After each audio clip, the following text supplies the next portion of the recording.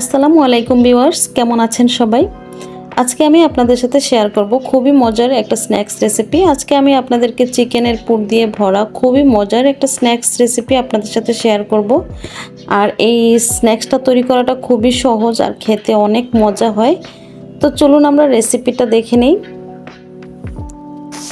একটা বাটিতে আমি নিয়ে নিচ্ছি 2 কাপ ময়দা। আপনারা চাইলে এটা আটা দিয়েও তৈরি করতে পারবেন। হাফ কাপ দিয়ে দিচ্ছি কর্নফ্লাওয়ার, স্বাদ মতো দিয়ে দিচ্ছি লবণ। তো এই শুকনো উপকরণগুলো একটু ভালো করে মিশিয়ে নিচ্ছি।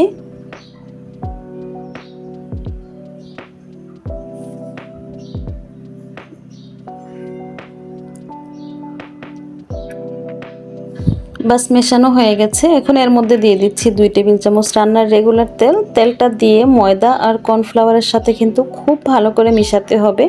এটা যত ভালো মেশানো হবে আপনার নাস্তাটা কিন্তু ততই ক্রিস্পি হবে। তো এটা যখন মিশানো হয়ে যাবে তখন নর্মাল পানি দিয়ে সফট একটা ডো তৈরি করে নিতে হবে। তো আমি অল্প অল্প করে এখানে পানি দিব আর ডোটা মথে নিব।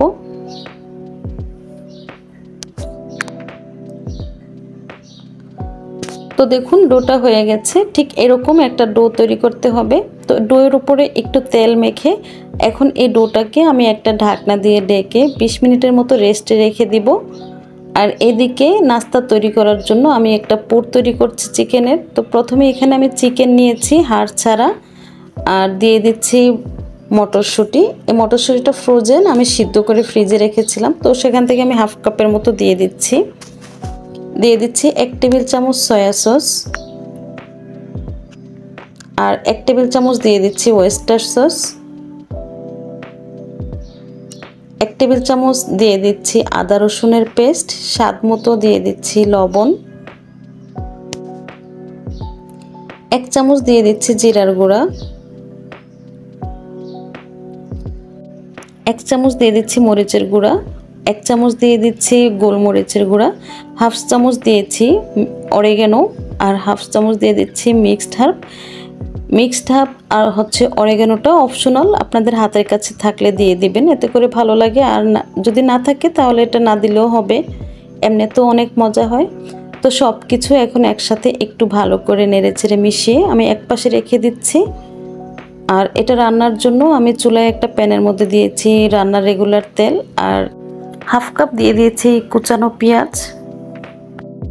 তো পেঁয়াজটাকে আমি একটু ভেজে নিব। যখন এই পেঁয়াজটা একটু নরম হয়ে আসবে তখন সেই চিকেনগুলো দিয়ে দিব। চিকেনটা দিয়ে খুব ভালো করে নেড়েচেড়ে মিশিয়ে নিচ্ছি। তো এই চিকেনের মধ্যে কিন্তু এক্সট্রা কোনো পানি দিব না। চিকেনের গা থেকে যে পানিটা ছেড়ে দিবে সেটা দিয়ে কিন্তু চিকেনটা খুব সুন্দরভাবে সিদ্ধ হয়ে যাবে।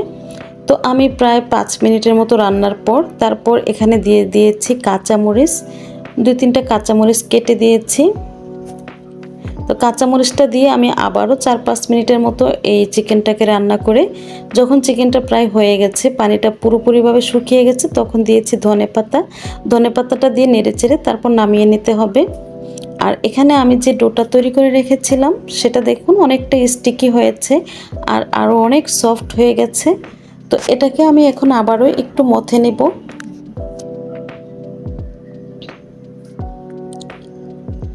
এখন এই ডোটাকে আমি 2টা ভাগে ভাগ করে নিচ্ছি।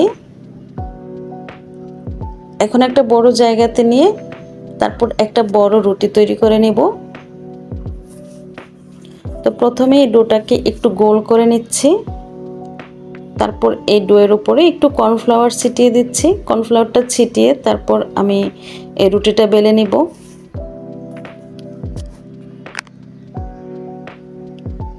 একটু পাতলা করেই বেলে নেব রুটিটা।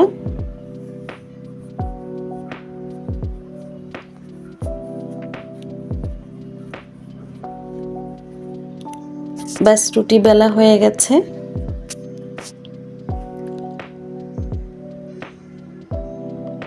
এখন আমি একটা বয়মের ক্যাপ নিয়েছি। এখন এখান থেকে ছোট ছোট করে রুটি কেটে নেব। আপনারা চাইলে কুকি কাটার দিয়ে কেটে নিতে পারেন, অথবা ছোট ছোট করে ডো নিয়ে তারপর ছোট ছোট রুটি তৈরি করে নিতে পারেন।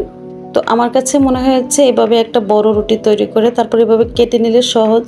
তো আপনাদের কাছে যেভাবে ভালো লাগে সেভাবেই কেটে নেবেন। বা রুটিটা তৈরি করে নেবেন। তো দেখুন আমি সবগুলা প্রথমে এভাবে রুটি বানিয়ে নেব।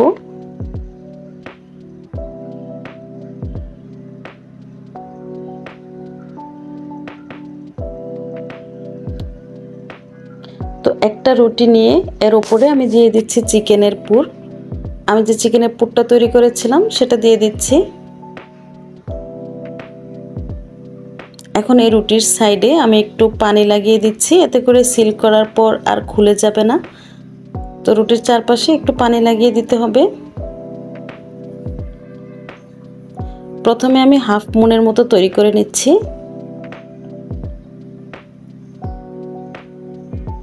এখন এই দুইটা মাথা, একটা মাথার মধ্যে একটু তেল লাগিয়ে তারপর দুইটা মাথা একসাথে জুড়ে দিলেই এই স্ন্যাক্সটা তৈরি হয়ে যাবে। খুব সুন্দর একটা ডিজাইন হয়ে যায়। তো দেখুন একটা স্ন্যাক্স হয়ে গেছে। আমি আরও একটা স্ন্যাক্স আপনাদেরকে তৈরি করে দেখাচ্ছি, এতে করে আপনাদের বুঝতে সুবিধা হবে আমি কিভাবে তৈরি করেছি। আপনাদের বোঝার সুবিধার্থে আরেকটা বানিয়ে দেখাচ্ছি। প্রথমে রুটির চারপাশে পানি লাগাতে হবে, তারপর হাফ মুনের মতো করে ভাঁজ দিয়ে একটু চেপে চেপে সিল করে দিতে হবে। তারপর এক মাথায় একটু পানি লাগিয়ে মাঝখান থেকে আঙ্গুল দিয়ে একটু চাপ দিয়ে এভাবে লাগিয়ে দিলেই হবে। তো এভাবে করে আমি সবগুলা স্ন্যাক্স তৈরি করে নেব। তো দেখুন স্ন্যাক্সগুলো তৈরি হয়ে গেছে আর এগুলো দেখতে কতটা সুন্দর লাগছে। এখন এই স্ন্যাক্সগুলো আমি ভেজে নেব। তো সেজন্য চুলায় একটা প্যান বসিয়ে দিয়েছি আর দিয়ে দিচ্ছি রান্নার রেগুলার তেল। তেলটা যখন গরম হয়ে আসবে তখন একটা একটা করে আমি নাস্তা দিয়ে দিব। আর এ পর্যায়ে আমি চুলার আঁচটা একদম লোতে করে দিব। চুলার আঁচটা লোতে করে তারপর এই স্ন্যাক্সগুলো একটা একটা করে তেলের মধ্যে দিয়ে দিতে হবে। তো এগুলো দেওয়ার পর যখন এক পাশ কিছুটা হয়ে যাবে তারপর উল্টে দিতে হবে। আর চুলার আঁচটা একদম মিডিয়াম লোতে রেখে তারপরে স্ন্যাক্সগুলো ভাজতে হবে, তবেই এগুলো ক্রিস্পি হবে। আর খুব সময় নিয়ে ধৈর্য নিয়ে তারপর এগুলো ভেজে নিতে হবে। এরই মধ্যে দেখুন স্ন্যাক্সগুলোর মধ্যে কিন্তু খুব সুন্দর একটা কালার চলে আসছে। আমি এগুলোর বেশিক্ষণ চুলে রাখবো না, তেলটাকে খুব ভালো করে ঝরিয়ে তারপর স্ন্যাক্সগুলো নামিয়ে নিচ্ছি।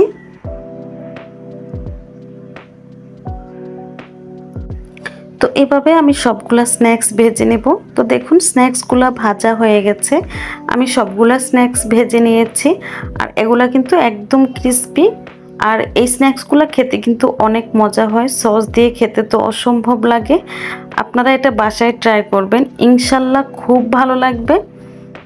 আর আমার এই ভিডিওটা আপনাদের কাছে যদি একটু ভালো লেগে থাকে তাহলে প্লিজ একটা লাইক দিয়ে দিবেন।